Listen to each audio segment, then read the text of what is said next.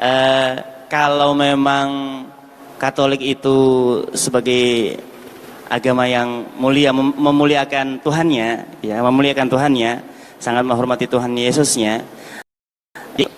Mengapa dalam salibnya itu Yesusnya kok malah justru digantung apa dia apa? Dipaku di situ. Padahal memuliakan. Apakah ini bentuk pemuliaan ajaran mereka? Seperti apa itu?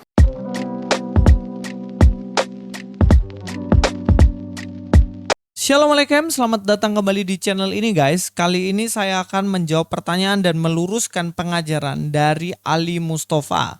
Jadi bapak ini ngaku katanya mantan pendeta, kemudian dia mualaf, dan dia sekarang ceramah jadi ustadz gitu. Ya biasalah ya, tiba-tiba dari Kristen masuk Islam dan langsung aja jadi ustadz gitu.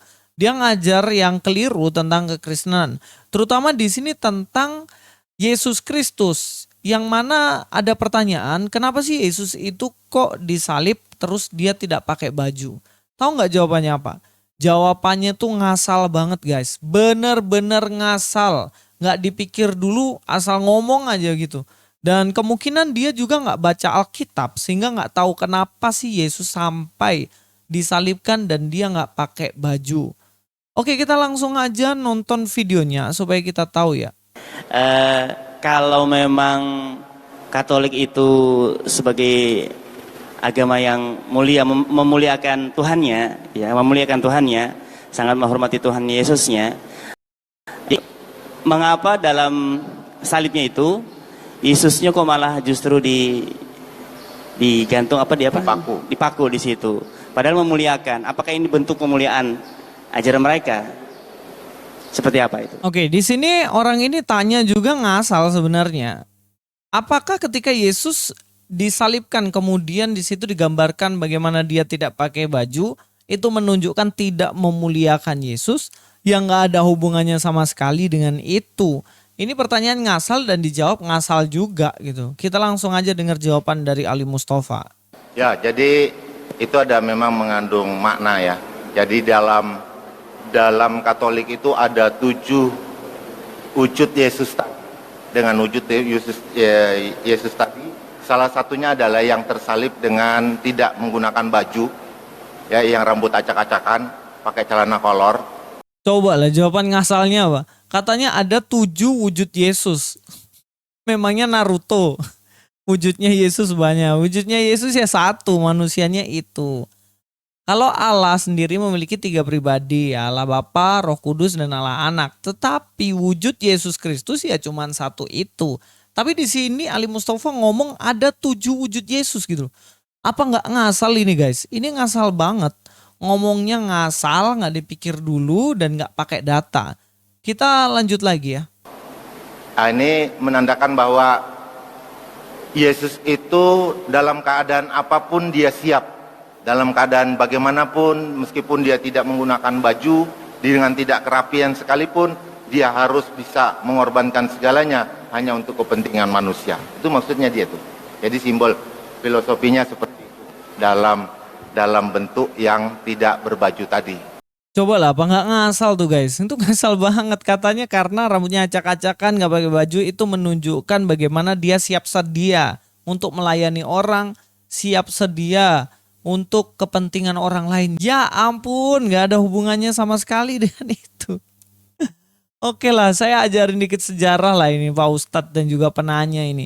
Kenapa kok sampai dalam Kristen itu, terutama dalam Katolik, kenapa kok salibnya itu ada Yesus yang nggak pakai baju? Itu bukan berarti kita tidak memuliakan Yesus. Kita tidak menjunjung Yesus. Itu tidak sama sekali berarti seperti itu. Lalu apa artinya? Kita akan lihat aja ya. Dalam Matius 26 ayat 65-67, maka imam besar itu mengoyakkan pakaiannya dan berkata, ia menghujat Allah, untuk apa kita perlu saksi lagi? Sekarang telah kamu dengar hujatnya. Bagaimana pendapat kamu?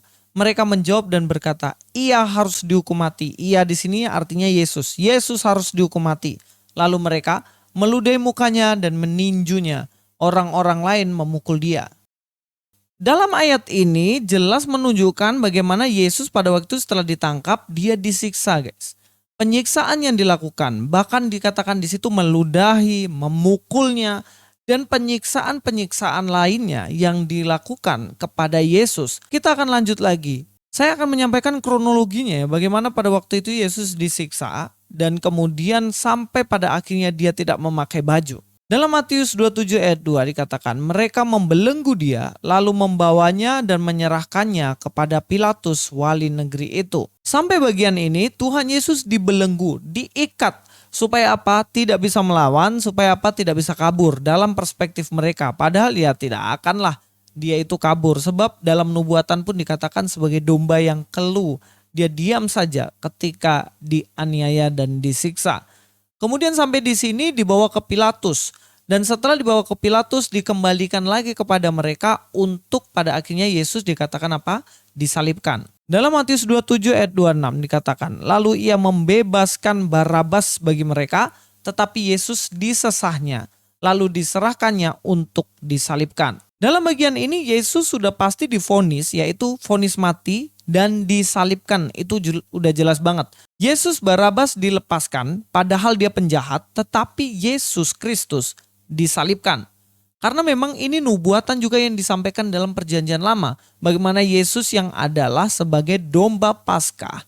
Yang mana dia mengorbankan dirinya untuk menebus setiap dosa manusia. Dalam Matius 27 ayat 28-29. Mereka menanggalkan pakaiannya dan mengenakan jubah ungu kepadanya. Mereka menganyam sebuah mahkota duri dan menaruhnya di atas kepalanya. Lalu memberikan dia sebatang buluh di tangan kanannya. Kemudian mereka berlutut di hadapannya dan mengolok-olok dia. Katanya, salam hai Raja Yahudi. Sampai di sini Yesus diberi jubah ungu. Pakaiannya yang sebelumnya dilepas. Sudah connect belum Pak Ali Mustafa? Pak Ali Mustafa harus tahu bahwa pada waktu itu yang menanggalkan baju itu adalah mereka. Orang yang menganiaya Yesus. Orang-orang yang berusaha untuk menyalibkan Yesus. Dilepas bajunya. Kemudian dipakaikan jubah ungu. Sebagai tanda apa? Yesus itu Raja Yahudi. Kemudian diolok-olok, diejek. Bahkan mereka berlutut mengejek Yesus. Dikatakan engkau Raja Yahudi dan lain-lain. Tapi itu bentuk olokan, bulian dan ejekan yang diberikan kepada Yesus. Bajunya diganti jubah ungu. Kita lanjut ya. Dalam Matius 27 30-31. Mereka meludahinya dan mengambil buluh itu dan memukulnya di kepalanya. Sesudah mengolok-olok dia, mereka menanggalkan jubah itu daripadanya. Jubah apa? Jubah ungu tadi. Dan mengenakan pula pakaiannya yang sebelumnya itu kepada Yesus.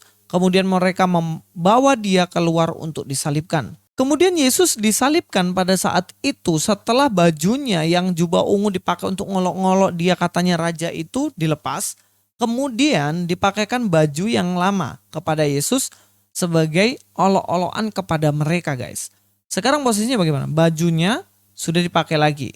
Kita lanjut guys. Dalam Matius 27 ayat 35 dikatakan, sesudah menyalibkan dia, mereka membagi-bagi pakaiannya dengan membuang undi. Sampai di sini para prajurit Romawi itu membuang undi, kemudian bajunya dibagi-bagikan kepada orang-orang itu sehingga Yesus tidak berpakaian pada waktu itu.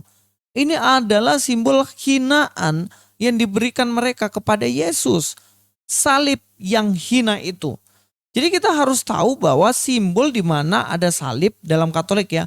Kemudian ada Tuhan Yesus yang tidak pakai baju. Itu menunjukkan bagaimana Yesus dihina, disalibkan, menebus dosa-dosa kita. Hal ini dijelaskan dengan baik di dalam kitab Galatia. Mari kita akan lihat di situ. Dalam Galatia 3 ayat 12-14, tetapi dasar hukum Taurat bukanlah iman, melainkan siapa yang melakukannya akan hidup karenanya. Kristus telah menebus kita dari kutuk hukum Taurat dengan jalan menjadi kutuk karena kita. Sampai di sini paham gak maksudnya? Seharusnya yang terkutuk di salib itu kita manusia yang berdosa ini. Kita yang dosanya banyak seabrek ini sudah sepatutnya, sudah seharusnya kita itu yang disalibkan di situ.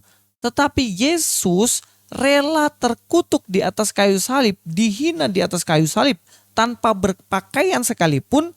Karena apa? Karena menggantikan kita yang seharusnya di situ.